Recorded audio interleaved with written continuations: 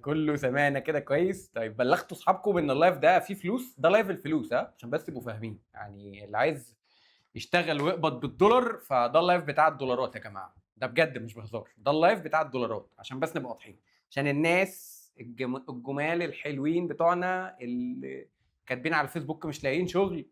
فطيب يا جماعه احنا بنتكلم اهو في الشغل، تمام؟ يعني المحاضره دي ازاي تجيب شغل، مالناش بقى دعوه انت شغلك عامل ازاي، فارفعوا ايدكم لفوق بقى كده ونستعد. طيب في مين هنا اول مره يحضر معانا؟ مين اول مره يحضر معانا؟ مين حضر معانا قبل كده؟ مين خد معانا كورسات؟ مين ما حضرش؟ مين يعرف عننا حاجه؟ حد اول مره يحضر؟ لو حد اول مره يحضر يا ريت يكتب. لو حد اول مره يحضر لنا يا ريت يكتب. اول مره. اول مره. طب مين اللي تاني مره ومين اللي بيحضر على طول معانا؟ طيب ماشي، اوكي. اوكي. نطمن بس، نطمن ان كله في الاساس. اول مره. اول مره. اول مره، ماشي طيب. اوكي اوكي اوكي اوكي طيب. كله كده شايف الشاشه عندي صح؟ كله شايف الشاشه عندي؟ كله شايف الشير سكرين؟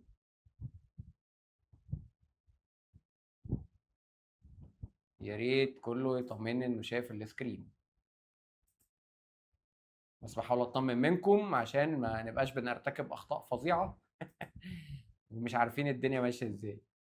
طيب. اوكي. طيب خلينا كده نتكلم عننا في نبذه بسيطه. مين احنا بالنسبه للناس اللي اول مره تحضر؟ انيميشن ديلي هي مدرسه انيميشن صغيره، ابتدت من 2021.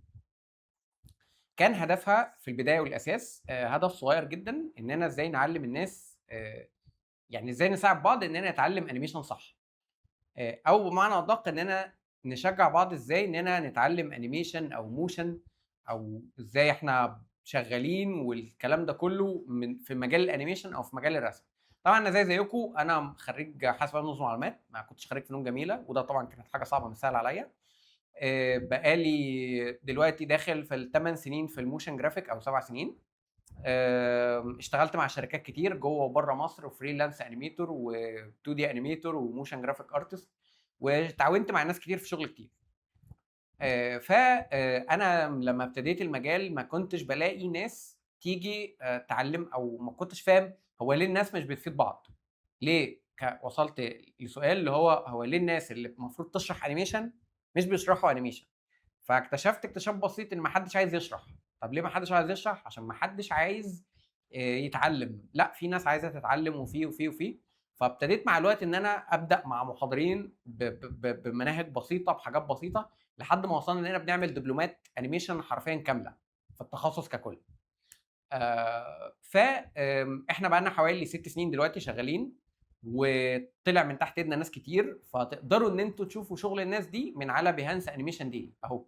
لو كتبت انيميشن ديلي على بيهانس، وحتى انا كمان هحط لكم في الشات، هتكتشف ان في عالم تاني من الناس دي كلها، سواء بقى الناس اللي اتعاونت معاهم في افلام قصيره، او عملوا شغل كتب اطفال، او عملوا شغل خلفيات، او كاركتر ديزاين، او انيميشن. الناس دي كلها شغلهم طالع من تحتنا في انيميشن ديلي. طيب ايه هي التخصصات بتاعتنا وايه اللي احنا بنعمله في الاساس؟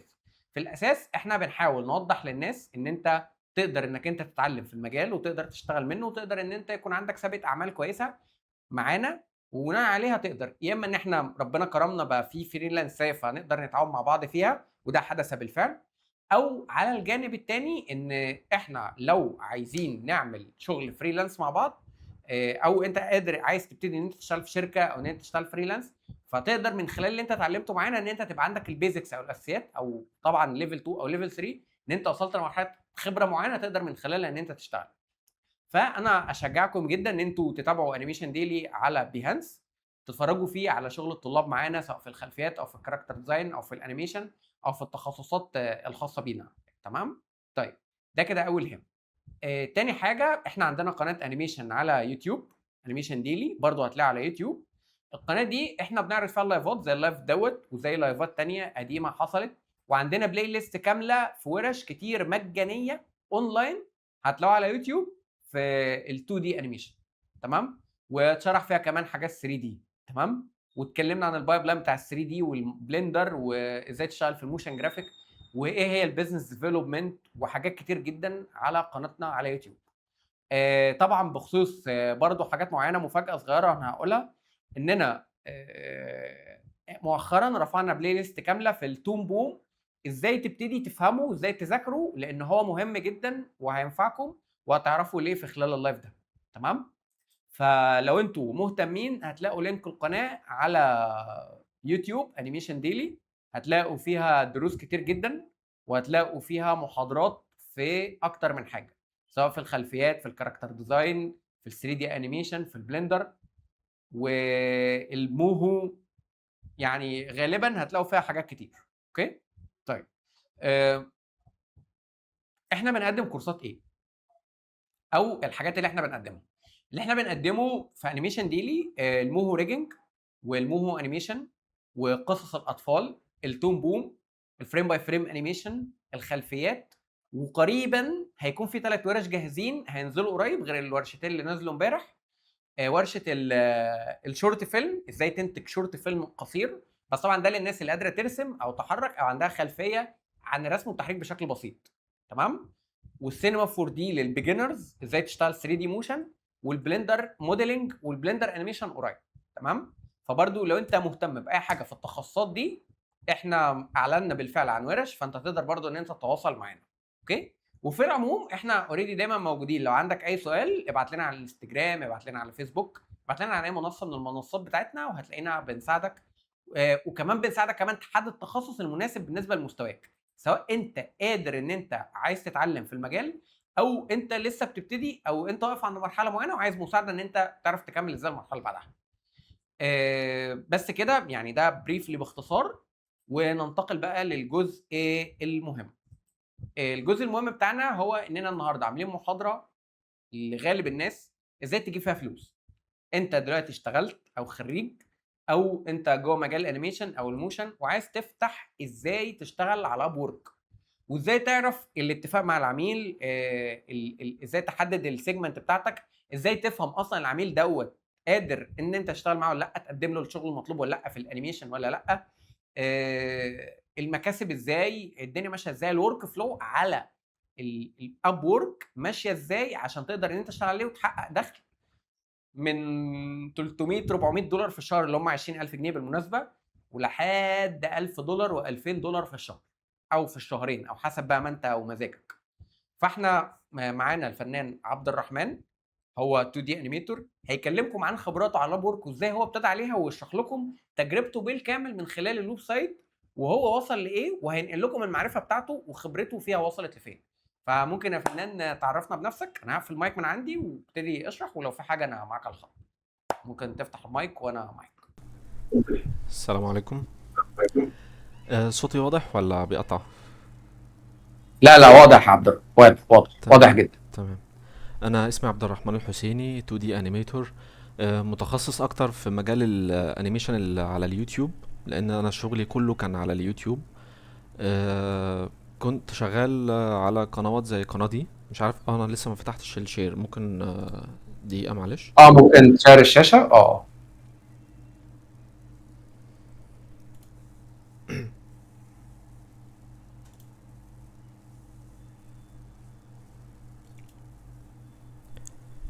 كله كده شايف شاشه يا شباب؟ شايف. كله شايف شاشه؟ يا ريت لو كله شايف الشاشه يكتب يطمنا انه شاف الشاشه. طيب زي الفل. تمام اتفضل يا فنان. تمام. تمام. انا هقفل المايك دي من عندي. تمام، دي تعتبر اكتر قناة اشتغلت عليها حوالي 5 سنين. شغلي مختلف شوية عن الشغل الطبيعي اللي السوق بيحتاجه، لأن أنا كان شغلي موجه أو اتعلمته علشان اليوتيوب، فكان خليط ما بين الفريم باي فريم والكات أوت. فطبعا احنا عارفين انه في بالنسبة لنا في مصر بالتحديد في قاعدة أساسية كده، انه مفيش أمان وظيفي، يعني ممكن أيا كان السبب، ممكن في أي وقت الشغل اللي انت شغاله ما يكونش موجود تاني يوم. فطبعا انا اتجهت للفريلانسنج، بس كانت مشكلتي الاساسيه هي انه شغلي مش واضح بالنسبه لمعظم الناس، انه انت بتشتغل فريم باي فريم ولا كات اوت. فكنت محتاج ان انا احاول اشوف شغل مناسب اكتر مع اللي انا اوريدي عارفه واللي انا اوريدي شاطر فيه وعندي خبرة فيه سنين، فكنت بفكر في ابورك. وطبعا مواقع تانية زي فايفر وخمسات واي موقع تقريبا كنت وقتها بدور عليه وبحاول ان انا ادخل واجرب ان انا اتعلمه اكتر يعني. وطبعا كل موقع كنت بدخله ما كنتش ببقى فاهم فيه اي حاجة، وبحاول ادخل على اليوتيوب عشان اعرف عنه اكتر. واكتر حاجة كانت شداني كانت ابورك بصراحة. ودخلت دورت كتير، بس بحس انه اكتر الناس اللي بتتكلم عن ابورك بيتكلموا كيوتيوبر، فبيحاول ان هو يقولك معلومات يعني عامة. وانا كنت محتاج حد يفهمني حاجات بتقف عليا، يعني انا عايز ان انا اسال حد في حاجات بسيطه جدا بتبقى واقفه، حاسس انها كبيره بالنسبه لي، ممكن تكون كانت كبيره فعلا او ممكن تكون مش كبيره، فمش عارف حاجه. فاللي انا هتكلم فيه خبرتي الشخصيه في اللي انا وصلت له واللي انا اتعلمته. انا كنت بدات ابورك من حوالي 6 شهور او اكتر، بس شغل بدايتي الحقيقيه كانت عليه كانت شهر 9 اللي فات. طبعا كل اللي كنت بسألهم في الفريلانسنج ايه نصيحتكم ليا حتى على النت، كان لازم يكون معاك دخل يمشيك 6 شهور، لان اللي بيعتمد على الفريلانسنج 100% لازم يستنى 6 شهور او يبقى معاه دخل يمشيه 6 شهور على ما يبدأ يكون عملاء او يبدأ يلاقي شغل فعلا يشتغل عليه. فانا لما دخلت على ابورك في حاجات كتيرة انا اتلخبطت فيها وجربتها مع نفسي. طبعا انا مش عارف حاجة، ففي فيديو يقول انت المفروض تعمل تهتم بصورة البروفايل، فيديو تاني يتكلم على البايو بتاعك، فيديو تالت يتكلم على معلومة تالتة، وكل واحد بيتكلم على حسب هو كان بيشتغل ايه على ابورك. فانا حاولت ان انا اعمل حاجات واجرب وافشل واستنتج حاجات، وفي حاجات كتيرة جدا انا محدش قال لي عليها في الفيديوهات اللي انا كنت بشوفها على اليوتيوب بخصوص الابورك. فانا هتكلم بداية كده في انك ازاي اصلا تعمل الاكونت بتاعك البروفايل يكون كويس. ودي حاجة برضو على قد ما هي تعتبر بسيطة، على قد ما انا كنت قعدت فترة كبيرة لغاية ما قابلني يوتيوبر كان بيشتغل على ابورك وعامل ملايين على ابورك، وبدأ ان هو بدأ يعني بيوظف ناس مش بيشتغل هو بنفسه. فكان بيتكلم انه ازاي اصلا انا بختار الفريلانس اللي يشتغل لي وبحدده بناء على ايه. فلقيته بيقول انه 90% من اللي هو بيشوفهم على ابورك تراش. يعني ليه تراش؟ بيقول انت بتحس انه ممكن بالنسبه لك كمبتدئ انه في ناس كتير وانت فين من وسطهم، بس هو الحقيقه ان مفيش منافسه اصلا، وان المنافسه مش كبيره، لان 90% من اللي بيعملوا اكونتات كفريلانسرز على ابورك ما بتبقاش اكونتات اصلا تشد لاسباب كتيره. من ضمنها مثلا انك تظبط الاكونت بتاعك، يعني البايو. انا ما كنتش اعرف ان هو بيفرق قوي. وطبعا اي حد بيجي في باله انه بيدخل على شات جي بي تي مثلا او ايا كان الذكاء الاصطناعي اللي هو بيتعامل معاه ويقول له مثلا انا عاوز اكتب بايو كويس. فدي كانت من الاخطاء الكبيره اللي انا وقعت فيها. يعني انا كنت في البدايه البايو بتاعي كان بايو احترافي بالنسبه لشات جي بي تي، وده كان بالنسبه لي كارثه يعني. فاول حاجه المفروض انت تهتم بيها صوره البروفايل. لازم الصوره تكون بخلفيه بيضاء عشان تكون واضحه للكلاينت. دي كانت حاجة برضو كانت يعني ما كنتش متخيل انها ممكن تفرق، بس لما لقيت في ناس كتير بتتكلم عنها على اليوتيوب بدأت ان انا احترم المعلومة دي. فلازم ان الخلفية بتاعت الصورة تكون بسيطة عشان تبرز وشك، ولازم يكون الصورة احترافية. في ناس بتصور صورة بتبقى عاجباها، مثلا متصور ورا شجر، متصور في مول مثلا، فبيفكر انه عشان دي صورة جميلة ممكن لما يحطها تبقى كويسة. بس عمليا اكتر صور بتفرق وبتكون عملية هي الصور اللي بتبقى خلفيتها بيضاء. انا مش عارف الشاشة عندي واضحة عندكم ولا لا، مش عارف هي باينة اصلا ولا لا لان مش ظاهرة عندي. لا، واضحه يا عبده وتمام. كمل كمل. تمام. فاول حاجة البروفايل بيكتشر، لازم البروفايل بيكتشر بتاعتك تكون الخلفية بتاعتها تبرز وشك اكتر. تمام. تاني حاجة البايو هنا يعني مثلا دي ناس انا كنت بعمل سيرش كأني في واحد بيوظف كأني كلاينت بيوظف فريلانسرز مثلا. ده اللي بيظهر للناس اللي هو الكلام هنا في البايو، وده اللي لما حد بيعمل سيرش بيظهر له. يعني انا لو حد كتب 2D انيميشن مثلا انا هظهر من ضمن الناس علشان انا كاتب 2D انيميشن هنا. الاكسبلينر فيديو ده التخصص اللي انا بلاقي عليه شغل كتير بالنسبه لي انا، زي القنوات اللي زي دي بتبقى قنوات بتتكلم عن احداث تاريخيه او افكار، ماذا لو حصل كذا كذا. ده الاكسبلينر فيديو، دي نوعيه الفيديوهات دي اللي بتبقى زي دي، فانا كاتبها عندي هنا. وطبعا كتبت الاي اي انيميشن علشان كنت مشيت فيه شويه. توم بوم، في ناس بتكتب انها بتبقى عايزه حد بيعرف توم بوم بس، يعني هو مش عايز انيميتور وخلاص، هو عايز انيميتور بيعرف توم بوم. فاكتر الحاجات اللي انا كنت بلاقي بيظهر لي اعلانات فيها لما باجي انا اللي بدور على شغل، كانت التوم بوم وال2 دي انيميشن والاكسبلينر فيديو. فيفضل ان دايما لما تيجي تكتب حاجه يبقى في مسافه، علشان الخوارزميات بتاعه اب وورك لما حد يجي يدور على حاجه انت اوريدي عايز انك تبان فيها، يعرف يحطك انت كمان للناس اللي بتدور عليها. تمام. تالت حاجة البروبوزل ده، الرسالة اللي انت بتبعتها للكلاينت لما بيبقى في اعلان نازل على الشغل. ودي حاجة هبقى اتكلم عنها لما نيجي بقى نشوف الاعلانات بتبقى فين وازاي بنقدم وكده. ورابع حاجة الجوب ساكسس برضو، دي كانت بتبقى مهمة جدا، ودي الشغل اللي انا عملته ونجح بالفعل. يعني انا عملت شغل وقفلت بروجكت مع كلاينت وخلصته خلاص، فدي بتفرق جدا في اب وورك برضو. فلازم لو انت هتعمل شغل مع كلاينت لازم تبقى متأكد انه لو هو طلع حتى تعامله مش كويس، لازم تبقى انت عندك مرونة كافية انك تكمل الطريق معاه للاخر، لان هي دي اللي بتكون الجوب سكسس في الاب وورك. ودي اكتشفت ان عدد قليل بالنسبة للانيميتورز او للفريلانسرز عموما اللي موجودين على اب وورك اللي عندهم 100% جوب سكسس، ودي مهمة جدا، هي والتوب ريتد. واب وورك قاسي شوية فيها، لان انت ممكن تعمل مثلا 10 شغلانات تاخد تقييم فيهم 5 نجوم، الشغلانة رقم 11 تاخد فيها تقييم سيء، فجأة تلاقي ال100% بتاعتك دي تقع جامد، تقع جامد، وبتحتاج وقت على ما تحاول تقومها تاني. ودي شفت ناس كتير كانت بتتكلم في الموضوع ده. فالحمد لله انا لحد دلوقتي يعني الحمد لله لسه 100% زي ما انا توب ريتد والجوب سكسس. دي برضو هنوصل لها لما نوصل، يعني لما هنتكلم اكتر في مين اللي نختاره ككلاينت نشتغل ليه ومين اللي نتجنبه يعني. فتالت حاجة الكومبليت بروفايل، ودي المعلومات الأساسية بتاعتك، انك بتحط الصورة وبتكتب البايو، بتعمل البيانات بتاعتك، انت تقييمك ايه، الريت بتاعك في الساعة كفلوس. انا كنت كاتب في الاول ده الريت بتاعي $10 في الساعة. طبعا اي حد بيدخل يقول انا عايز ناس تيجي توظفني، فانا هكتب اقل رقم ممكن اكتبه زي $3 في الساعة، $2. بعد فترة اكتشفت ان دي اصلا بتخوف الناس مني، يعني ممكن كلاينت يدخل يلاقيني كاتب حاجة زي كده يخاف مني اصلا، يفكر انه انا مبتدئ، ممكن اكون مش ملتزم. ده طبعا الكلام ده كله كان قبل اصلا ما اشتغل شغل، يعني ما يبدأ معايا شغل. انا في حاجات كتير عملتها على الاكونت وقعدت شهور مفيش اي شغلانه جات لي.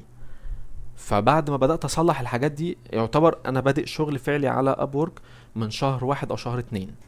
ده الشغل الفعلي اللي كان بدأ معايا. قبل ده كله كانت الاخطاء اللي انا بحكيها دي، انا كنت كاتب الريت بتاعي اقل، لان كنت متخيل ان لما هكتب اقل هبان اكتر، والكلاينت هيقول والله ده يعني فريلانسر رخيص فادخل اشتغل معاه. فدي برضو مشكلة. حاول تكتب ريت منطقي، يعني لازم يكون منطقي، ما يبقاش عالي قوي وما يبقاش قليل، عن على الأقل $10. ممكن تكتب 5 في البداية بس ما تنزلش عن كده، يعني 5 دي برضو مش أحسن حاجة. تمام. بتحط الشغل في البورتفوليو طبعا بتاعك. اكيد انت في الاول فانت بتحط شغل انت عملته قبل كده، او لو ما عملتش الشغل لحد قبل كده اعمل حاجة انت مع نفسك وحطها هنا.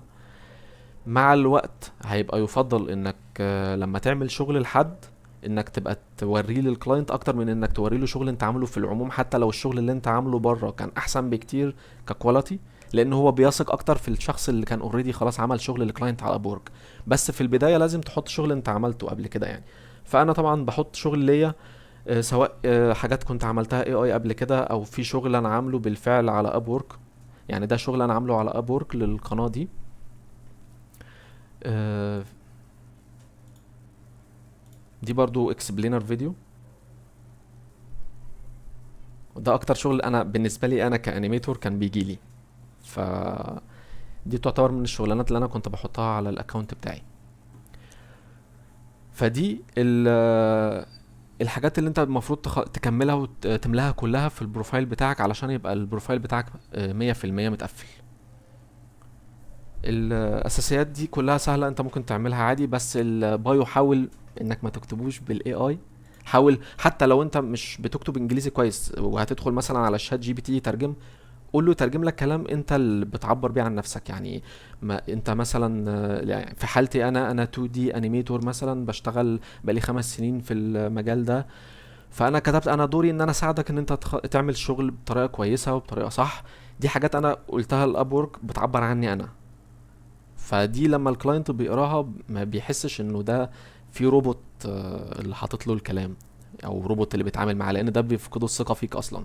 ودي برضو لقيت ناس كتير مع الوقت لما بتنزل اعلانات شغل بتقول انا مش عايز حد بتاع اي اي، واي حد هيبعت لي في البروبوزال رساله اي اي انا مش هقبله لو انت مش هتدخل تتكلم معايا دغري. ما تبعتش وتضيع فلوسك في الفاضي.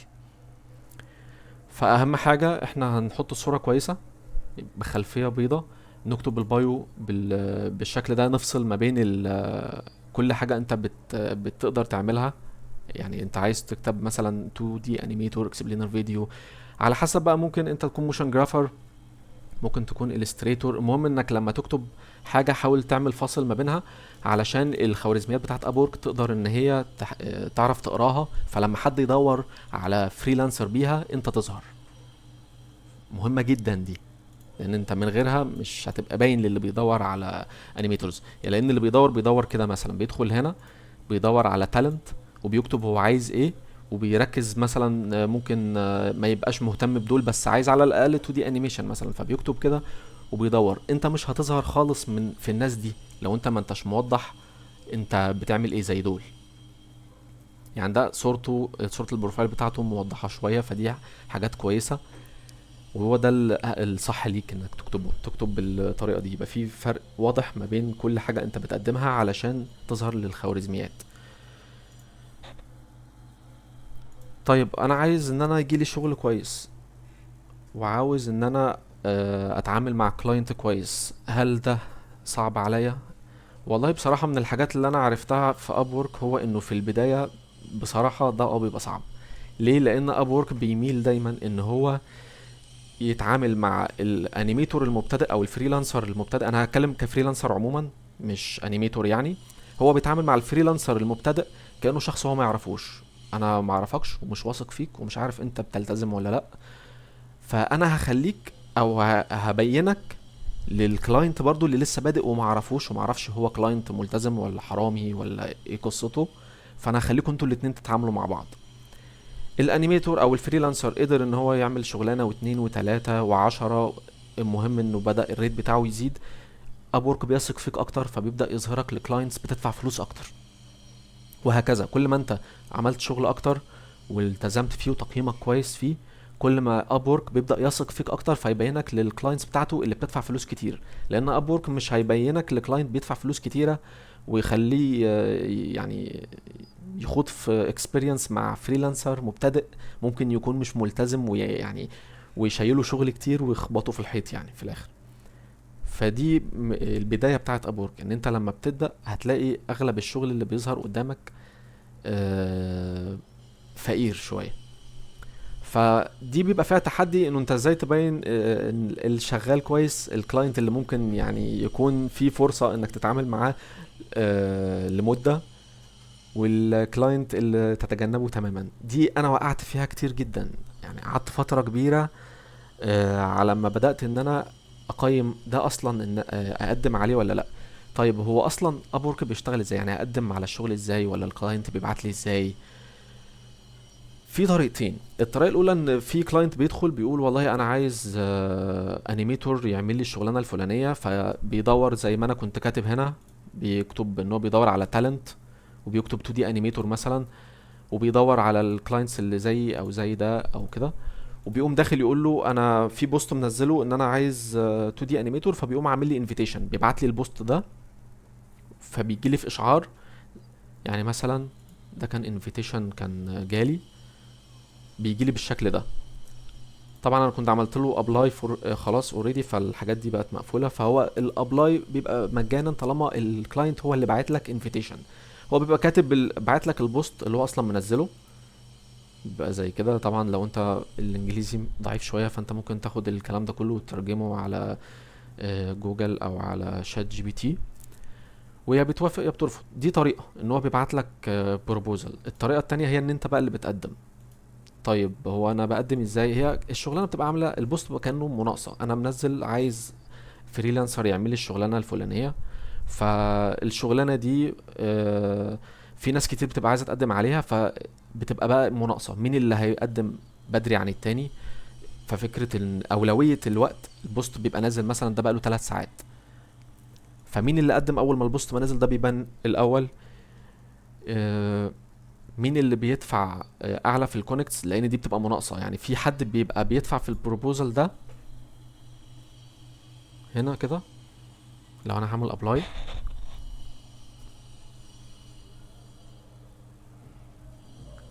دي بتفرق جدا. دي اللي بيبقى زي ايه، بتزايد على اللي مقدمين. هو بيبقى هنا مكتوب ان الشغلانه دي من بره هتكلفك 10 كونكتس علشان تقدر تقدم عليها، وده المتاح عندي 20. تمام. فانا اقدر ان انا اقدم بالعشرة وبس. بس هو بيقول لي ان انت لو زيدت ب 24 زياده على العشرة انت هتبان من التوب 5 مثلا او التوب 3. فدي بتفرق، ان انا لو زودت هيخليني اظهر للكلاينت ده من التوب 3، لان الكلاينت طبعا ممكن يدور على اول 5 يقدموا او اول 10 وما يبصش. لو لقى في العشرة الاولانيين دول حد هو مناسب ليه خلاص مش هيبص على الباقيين. فدي بتفرق شويه. طب الكونكتس دي انا بجيبها ازاي؟ الكونكتس دي بتتجاب بفلوس. يعني انا في لما هنا مثلا لما ببقى عايز اشتري بدخل هنا وبيقول لي اختار الاماونت اللي انا عايزها. العشرة كونكتس بدولار ونص، العشرين بتلاتة. انت لو جيت تبص مش هتلاقي ان هو في فرق. يعني 300 مثلا ب45، لو جيت تقسمها هتلاقيه هو مش عامل لك ديسكاونت ولا حاجة. يعني انت ممكن تشتري 10 ب10 براحتك، ممكن تشتري 20 ب20. مش هتفرق لو انت جبت رقم كبير مرة واحدة في حاجة. يعني هو مش هيبقى عامل لك ديسكاونت. دي الطريقة اللي انا بشتري بيها الكونكتس بتاعتي. طيب انا بشتريها ازاي؟ يعني بدفع فلوس ازاي؟ انت بتبقى حاطط الفيزا من ضمن ال هنا. طريقة الدفع بتبقى من ضمن الحاجات اللي انت حاططها اوريدي في الاكونت بتاعك. بيبقى طالب منك رقم التليفون، وبيبقى طالب منك الفيزا بتاعتك. هنا في حتة تريكي بخصوص الدفع. هي انا مش حابب بس ان انا ادخل في المكان اللي فيه الفيزا والحاجات بتاعتي دي، بس هي سهلة. اللي بيعمل الاكونت هيوصل لها بسهولة. بس انا هديلك المعلومات اللي انت لما توصل لها تعمل فيها ايه. يعني الاب وورك بيتعامل لو انت في مصر. انا هتكلم على لو في مصر عموما. الفيزا الدولاريه لو انت حطيتها وحابب ان اللي يتعامل معاك يبعت لك الفلوس عليها مباشره، ده متاح. بس في مشكله واحده، انه اب وورك بيخصم عموله او رسوم تحويل كبيره جدا فيه. يعني ممكن لو انت مثلا بتحول $100 مثلا هو بياخد عموله 50. ال50 دي ثابته. الله اعلم ممكن قدام يزودها، بس حاليا هو بياخد لو انت بره امريكا بياخد رسوم تحويل $50 للتحويل الواحد لو انت هتحول لحسابك الدولاري المصري. في اوبشن تاني ان انت تدخل حسابك المصري العادي ويحول لك عليه. بس هو ابورك رخم شويه في الموضوع ده، ان هو بيتعامل دايما بسعر الصرف اقل بحوالي 3 جنيه عن سعر الصرف الحقيقي في مصر، وبياخد عموله دولار في التحويل. فانا انصح اللي بيحاول ان هو يتعامل في البدايه. طبعا كده كده بيبقى يعني الدخل اللي بيجي لك $100 مثلا، $200، $500، اكيد انت مش هتحب ان يتخصم $50 مره واحده منهم. فلو هيبقى في فرق 3 جنيه في العمله عن هنا في سعر الصرف، اعتقد ان دي هتبقى اهون بكتير من ان انت يتخصم منك $50 في التحويل. فانت ممكن تدخل الفيزا الدولاريه والفيزا المصريه الاتنين مع بعض عادي. الفيزا الدولاريه علشان تشتري بيها كونكتس، لان مش هينفع تشتري بالمصريه، او انا ما جربتش بيها. المصريه حول عليها، يعني خليها هي تبقى انت وقت ما هتبقى يبقى معاك فلوس وتيجي تسحبها هو بيختار. يعني هنا في الاوبشن ده اعتقد عادي ان انا لو فتحت دي مش مكتوب فيها تفاصيل شخصية يعني، غير الفلوس طبعا. هنا الافيلبل عندي، انا دايما متعود ان انا اسيب حوالي $10 علشان لو في فترة مفيش كلاينتس من اللي عندي اوريدي بتبعت لي، يبقى انا معايا ان انا اشتري كونكتس علشان لو في شغلانة جت قدامي كويسة. فده البندنج ده، دي شغلانة انا عملتها والكلاينت دفع لي فيها الفلوس. بس اي شغلانة انت بتعملها بتبقى بندنج لمدة 5 ايام. بعد ال5 ايام الفلوس دي بتتفك وبتظهر هنا، تقدر ساعتها تحولها. فانا لما بضغط على التحويل بيختار، انا عندي الحسابين البنكيين طبعا، فانا مختار الحساب البنكي بتاعي بالمصري ان الفلوس تتحول عليه. فهو يعني مثلا هنا انا مختار ان انا احول كله، فهو بيقول لي التوتال اهو، دي الفيز بتاعتي 99 سنت يعني قول دولار. وهنا تحت سعر الصرف وقت ما احول 49 طبعا. لو 49 هنا غالبا ممكن يكون سعر الصرف في مصر 51 مثلا او 52، فهو بيجيب لك هنا سعر الصرف دلوقتي كام. وبعمل بضغط على الويزدرو، فانت بتختار الاكونت بتاعك اللي انت عايز تحول عليه، الدولاري او المصري. تمام. فانت طبعا لما بتيجي تدخل الفيزا بتاعتك في البداية في مشكلة بتقابل كله، ودي ما لقيتهاش خالص برضو على النت وقت ما كانت واجهتني، انه هو بيطلب منك معرفش دي في مصر ولا عموما، بس انا بتكلم بالنسبه لي انا كان طلب زي بطاقه ضريبيه، ان انت محتاج بطاقه ضريبيه تدخلها في الاكونت بتاعك علشان يقدر ان هو يفعله وتقدر ان انت يبقى فيه بقى فلوس داخله لك وتحولها وكده. ف مش فاكر كنت وصلت المعلومه ازاي، بس انت ممكن تكتب رقم البطاقه بتاعتك فيها وهتلاقي الامور تمشي. يعني هو تقريبا اب وورك بيبقى محتاج انه يبقى فيه معلومة عنده، بحيث ان لو في حاجة تبع يعني قانونية او كده يقدر ان هو يوصل لبياناتك الشخصية او حاجة. انا مش فاهم الحتة دي قوي، بس انا لما جيت ادخل رقم البطاقة بدل البطاقة الضريبية لقيت الامور معايا اشتغلت تمام. فدي برضو مشكلة كبيرة بتقابل معظم اللي كانوا بيكلمني وبيبقى عايز يعمل اكونت جديد ويدخل الفيزا بتاعته عليه وكده. طيب وانا ينفع اصلا اعمل اكتر من اكونت؟ لا مش هينفع.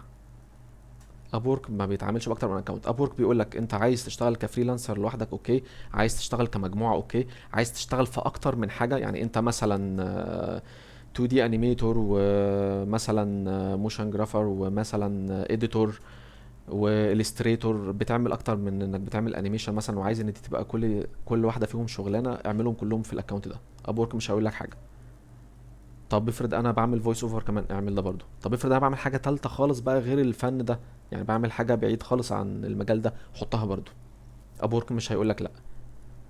طب انا بفكر مثلا ان انا اعمل اكونت تاني باسم حد تاني، طالما ابورك مش بيرضى ان هو يعمل غير اكونت واحد ببياناتي الشخصيه، لانه بياخد صورتي وصوره البطاقه، وطبعا بحط الفيزا ورقم تليفوني، بياناتي الشخصيه كلها عنده. فممكن مثلا اعمل ببيانات حد اعرفه، اوكي ممكن تحط. بس في ناس قالت على ريدت وفي اماكن تانية انه ابورك بعد فترة ممكن يكتشف انه الاكونت ده بيتفتح من نفس السيرفر، او بيبقى ليه طريقة كده، ممكن يكتشف او يشك ان ده نفس الشخص، فممكن يعمل لك مشكلة. وابورك في اوقات في اخطاء ممكن يعمل لك فيها حظر ويفك الحظر، وفي حاجات ممكن يقوم قافل اكونتك ومستحيل تاني ان انت ترجع على ابورك. فيفضل ان لو في اي حاجة انت حابب تشتغلها اشتغلها على الاكونت ده. بس نصيحتي هي انه شوف اكتر حاجة انت شاطر فيها وعايز تشتغل بيها وحطها هي. لان انا لما كنت جربت احط الموشن على اساس ان انا كنت عاوز ابدأ يبقى في شغل اكتر، واشغل ناس معايا فيه واوسع الموضوع اكتر، لقيت ان بدأ يظهر لي اعلانات موشن واعلانات 2 دي، والاعلانات بتاعتي انا بدأت تقل لانه بدأ يظهر لي الموشن اكتر. فدي برضو خلي بالك منها. حاول انك تركز في البداية على حاجة واحدة انت عارف ان هي دي اللي انت تقدر تشتغل بيها او تسد بيها، علشان هي دي اللي تظهر لك اكتر. تمام. ففكرة انك تعمل اكتر من اكونت دي بلاش. موضوع سحب الفلوس، انت ممكن تحط باي بال عادي، بس طبعا باي بال مش بيشتغل في حساب، مش هتقدر تربط حساب دولاري الا بنك اسكندرية بيه. يعني لو انت عندك حساب بنك اهلي او سي اي بي، غالبا هو البنك الوحيد اللي ينفع يتربط على باي بال هو بنك اسكندريه، اللي هو الحساب الدولاري مش المصري. يعني انا جربت المصري وما نفعش، فالحساب الدولاري اللي تبع بنك اسكندريه هو الوحيد اللي اعرف ناس بيه شغاله على ابورك، ربطت يعني الباي بال بتاعها بيه وحطت الباي بال بتاعها على ابورك وبتقبض من عليه. بس انا مش بثق في باي بال قوي، لان في برضه ناس كانت بتتكلم في مشاكل كتيره فيه. فانا بالنسبه لي ما عنديش مشكله ان يبقى فرق العمله 2 او 3 جنيه في التحويله، فبتعامل بالحساب الدولاري الحساب المصري بتاعي على ابورك. تمام. فانت قدامك لو عايز تشتغل على باي بال ممكن تحط باي بال عادي، عايز تحط اكونتك الدولاري المصري عادي، بس طبعا هياخد منك 50 دولار على التحويل. عايز تحط المصري عادي، انت قدامك الاوبشنات دي واختار المناسب ليك انت. مش عارف كيو ان بي، انا ما جربتوش بصراحه وما اعرفش حد جربه. يعني كل اللي كان بيتكلم معايا في على باي بال كان بيقول لي اسكندريه هو اللي شغال 100%، يعني اكيد اللي هو ناس بالفعل جربته اعرفهم واشتغلت بيه. انا شغال بيه ممتاز جدا. قصدك على كيو ان بي؟ تمام، لو شغال بيه وكده تمام. مصري مش دولاري. انا كنت شغال تمام. تمام، لو كيو ان بي شغال برضو حلو. عندي اول مره اعرف ان كيو ان بي شغال بيه كويس.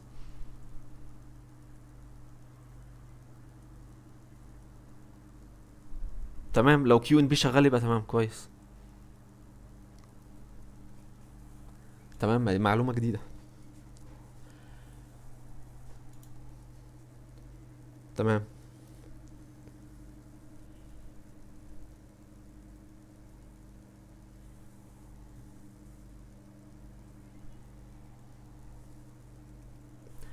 طيب،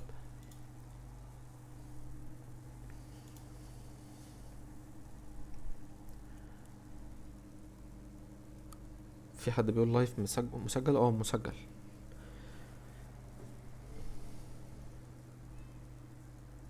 ان شاء الله لايف مسجل باذن الله. طيب بالنسبه للشغل، انا عندي هنا ده البيست ماتشز، دي اكتر الحاجات اللي ممكن تكون متوافقه مع الشغل بتاعي. الاعلانات بتجيلي هنا. طبعا هنا الميعاد نازل بقاله قد ايه، عدد البروبوزلز الناس اللي قدمت لي. طبعا دي حاجه مهمه جدا. انا دلوقتي مثلا عندي البيست ماتشز وعندي الموست ريسنت. الموست ريسنت ده بيجيب لي طبعا اللي هو اللي لسه نازل مؤخرا، الاعلانات اللي لسه نازله.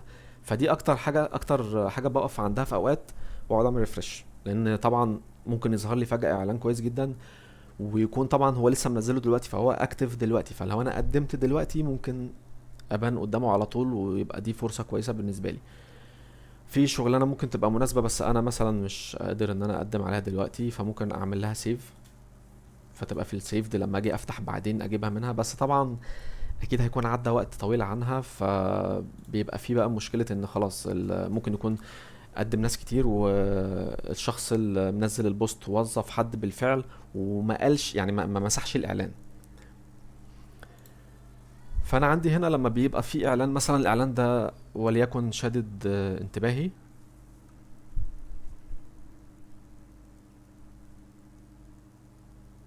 انا بواجه مشكلة في الورك مع ان بروفايلي توب ريتد و100%، اني مش بلاقي شغل على الموهو كتير، ولو لقيت بيبقوا عملاء غير جادين. طيب هو انت شغال عملت كام شغلانة على ابورك لحد دلوقتي؟ لو دريمز انيميشن ستوديو عملت حوالي 20. طيب هو طبيعة الشغل ايه؟ يعني اغلب اللي بيطلب منك بيبقى طالب حاجة عايز منها موهو بس، يعني ممكن يبقى في ناس عايزة شغل انت تعمله لوحدك، اللي هو الشغل من نوع الوان مان شو، فمش بتفرق للكلاينت انه شغال موهو ولا توم بوم او اي حاجة.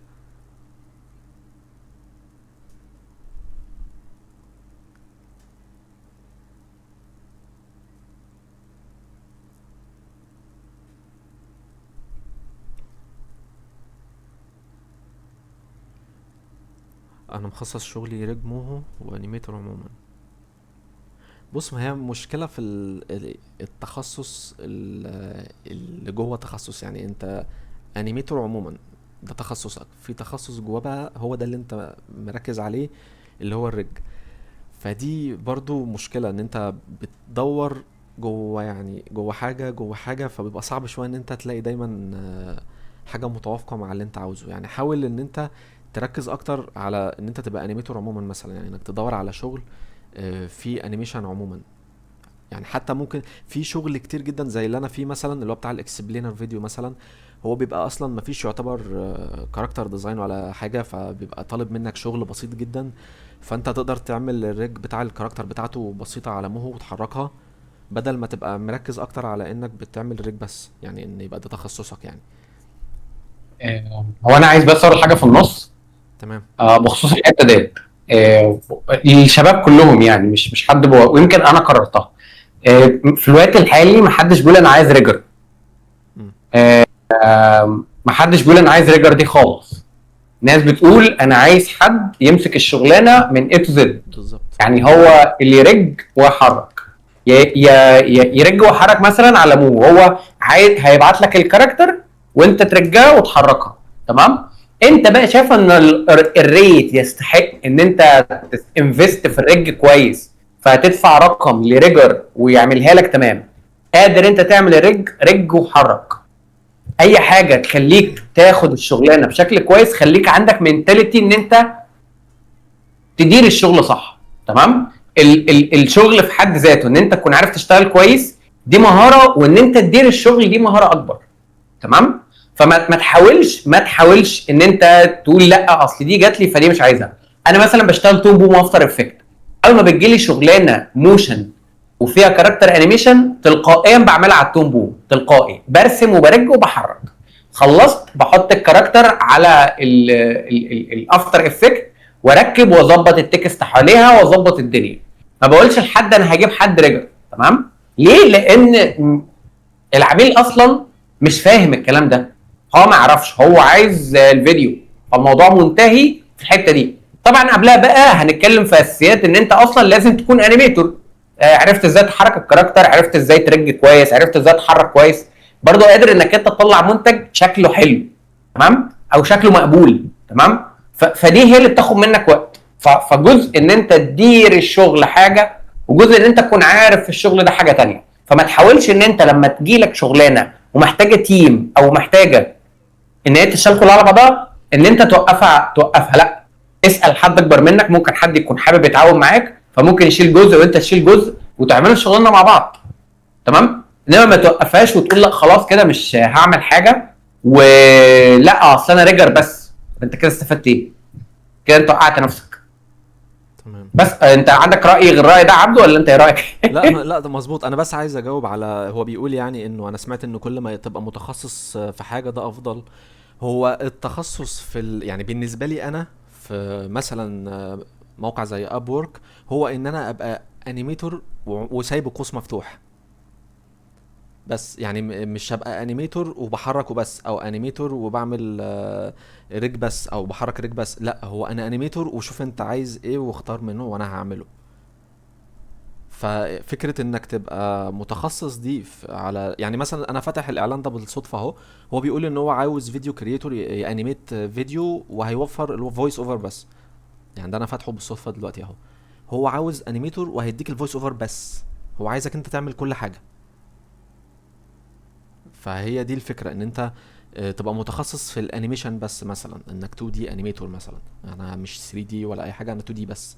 فهو ده اللي انت تتخصص فيه، او يعني تبقى مركز عليه. انما فكرة بقى انك بتريج بس او هتحرك بس، فعايز حد يجي يديك ريج مثلا او كده، لا، لازم تبقى 2 دي انيميتور مثلا وسايب القوس مفتوح، يعني تبقى اي حاجة. تمام. في هنا سؤال، معلش، انا بقالي 6 سنين في شغلي انيميتور فقط، يعني بشتغل مع كونتنت كريتورز وجرافيك ديزاينر بحضر مشاهد. الفريلانس معظم بيطلب انك تعمل كل حاجة. خطوة الديزاين دي ما ببقاش واثق هنجح فيها ولا لأ، فبتخليني اخد خطوة لورا. بص، في بقى دي من المميزات بالنسبة لي في انك بتتعامل مع كلاينتس برضو مبتدئين، وارقامهم يعني الفلوس اللي بيعرضوها عليك بتبقى معظمها يعني مش واقعي، بس يعني ممكن تمشي بيه. انه هو ده عادي تسوكي لو انت يعني مش هقول لبخت، بس يعني انت مبتدئ مثلا في انك بتعمل كاركتر ديزاين، وهو اصلا كده كده داخل عايز فيديو مثلا مدته، بالنسبه لي انا في الاكسبلينر فيديو مثلا ممكن يبقى داخل عايز فيديو مدته 10 دقايق وهيديني الفويس اوفر بس والسكريبت بيبقى عامل زي ده كده، بس هو بيديني الكلام كده ومديني الفويس اوفر وبيقول لي مثلا انا هديك $10 في الدقيقه مثلا. اوكي انا هعمل الكاركترات عباره عن ستيك فيجر، اوكي ماشي. او ممكن يدي لك قناه، يعني مثلا يقول لي مثلا عايز الديزاين يبقى عامل زي كده، يعني في خلفيات من النوع ده. لا انا هحاول ان انا اعمل الخلفيات دي مثلا، ممكن حتى اجيب حاجه بسيطه كده والون باي حاجه واعملها. اه طبعا الطبيعي كلنا بنبقى مقلقين انه انا شغلي زفت، انا اكيد لما هيشوف هيقول لي ايه القرف ده مش عارف، ما حدش هيقول لك كده بالذات اللي زي ده. بس في بقى فيهم، وده يعني اكتر كلاينت توكسيك، انه ممكن يبقى عايزك تعمل انيميشن عالي جدا ويطلب منك كل حاجه بيرفكت، وهو اصلا يعني ما هوش فاهم اي حاجه في اي حاجه. وده اللي انا هتكلم معاك فيه بقى دلوقتي. بس في الاساس ما تاخدش خطوه لورا. عادي لما تخش وتقوم عامل حاجه ويقول لك لا مش ده اللي انا بدور عليه، خليك مرن. وده رقم واحد في الشغل كفريلانسر، المرونه والالتزام. لازم تبقى مرن لاقصى درجه، على الاقل في البدايه وانت بتتعامل مع كلاينتس ممكن يعني تبقى تقرفك شويه. فحاول ان انت على الاقل تخوض معاه انك تخلص منه. لو هو مثلا عايزك تعمل له كذا فيديو، على الاقل اعمل اول فيديو معاه وسيبه، بس على الاقل خلص الشوط الاولاني ده. فانت لازم تبقى مرن. هو طلب منك شغل فوق طاقتك، حاول انك تعديه، لان انت مش حمل ان انت تخوض في حتة ان انت تعمل شغلانة وحشة وتاخد تقييم سيء وانت لسه بتبدأ. يعني بسم الله الرحمن الرحيم كده وضربك بالنار. طب انا عايز اتجنب على بقدر الامكان ان انا اقع في واحد اصلا يقرفني، اعمل ايه؟ انا في الحاجات اللي خدت مني فلوس كتير ووقت كتير على ما يعني اكتشفتها، انا مثلا بقلب دلوقتي ما كنتش باخد بالي من حاجات كتير، زي مثلا ان في كلاينت دي بيمنت فيريفايد، وانه واخد تقييم، وانه صارف فلوس ولا لا، ومنين دي تحتها 100,000 خط. انا مش عنصري، بس اكتر الاعلانات اللي بنصحك تهرب منها الاعلان اللي تلاقيه من الهند، اهو فروم انديا. ده اكتر اعلان انا بهرب منه وقعدت فيه كتير جدا. معظم الاعلانات بتلاقيه كاتب لك هو عاوز ايه، وكاتب لك ان البادجت بتاعته اللي هو عاوزه قد ايه. فهو مثلا كاتب هنا $200. في اوقات كنت في البدايه الاقي مثلا اعلان زي ده ولسه نازل. واسرائيل كمان، لا ده اسرائيل بقى كانت العكس. يعني اسرائيل كان يبقى داخل وعارض فلوس كتير جدا وشغلانه بسيطه، فبيبقى مغري بقى وانت وضميرك. بس الهندي عكسه. الهندي بيبقى يعني ممكن يبقى عامل اعلان كاتب فيه مثلا انا عايز 2 دي انيميتور هيعمل شغل بسيط، ويبقى سايب لينك الريفرنس اللي هو بيدور عليه زي ده مثلا اهو. وتدخل مثلا تلاقي الريفرنس بسيط جدا وتحس بقى $1000 وكده، وانت ما شفتش غير الريفرنس $1000 مثلا اللي كاتبها هنا. بتقوم جاري بسرعة ومقدم وصارف كونكتس من بتاعتك. وبعدين تبص بقى في الاخر يعني دايما بتيجي في الاخر. انت عمرك ما بيبقى كده، عمرك ما هتقراها من الاول كده. دايما الواحد بيقوم خابط في الحاجه الاول. تلاقيه يقول لك وانا عايزك تعمل لي الفيديو 10 دقائق، هتعمل لي فيديوهين في الاسبوع، والفيديو هيبقى مثلا $100. فانت لازم تعمل لي فيديوهين في الاسبوع، الفيديو 10 دقائق. فانت شوف بقى، انت لو عملت 3 فيديوهات في الاسبوع، احسب بقى يا معلم 3 فيديوهات، فانت ممكن تعدي $1000 في اخر الشهر. وهي دي الميزانيه مثلا اللي انا حاططها. يعني هو اصلا معتمد على كل ده وبناء عليه حاطط لك $1000. فانت طبعا بتدعي عليه. احنا يعني ما قدامناش حاجه غير ان احنا ندعي عليه.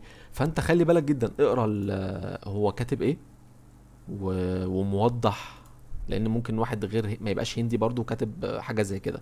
فانت حاول انك تقرا الاعلان للاخر، ما تكسلش ما تكسلش. حطها تحت 100,000 خط كده تحتها، ما تكسلش تقرا الاعلان.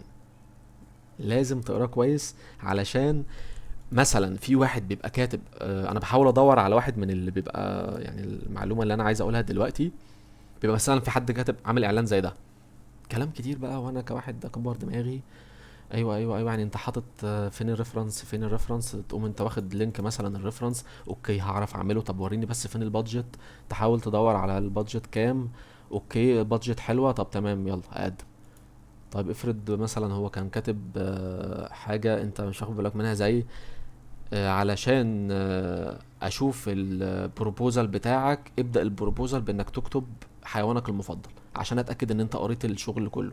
بيبقى كاتبها مثلا في النص مثلا، ويبقى هو فاهم، هو عارف انه في فريلانسرز كتير بيقروا بالطريقة الكوميدية اللي انا قلتها دي، ان هو كده وخلاص ويشوف بس كام حاجة كده ويقوم داخل. فهو عايز يتأكد ان انت شخص بتقرا باخلاص، بتركز في الحاجه المعروضه قدامك وملتزم. فهو عايز يتاكد من كل ده، فيقوم قايل لك وانت داخل في اول حاجه في البروبوزال بتاعك. البروبوزال اللي هو لما انا بقوم عامل ابلاي،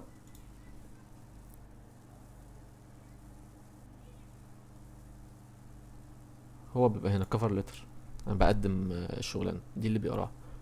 اول حاجه مثلا يقول لك اكتب اسم حيوانك المفضل او نوع حيوانك المفضل او اكتب لونك المفضل، ايا كان هو كاتب لك حاجه ابدا بيها. فهو لما بيلاقي الاعلان قدامه ان انت مقدم له قصدي، فبيبص مش كاتب، مش هيقرا. ليه؟ هو خلاص هو فاهم. فده كلاينت يعني يحترم. طيب من الحاجات التانية اللي انا ممكن اقع فيها ولازم ابص عليها برضو، بشوف الكلاينت ده انا اول واحد ابدا معاه لسه، ولا هو صارف فلوس اوريدي؟ طب صارف قد ايه؟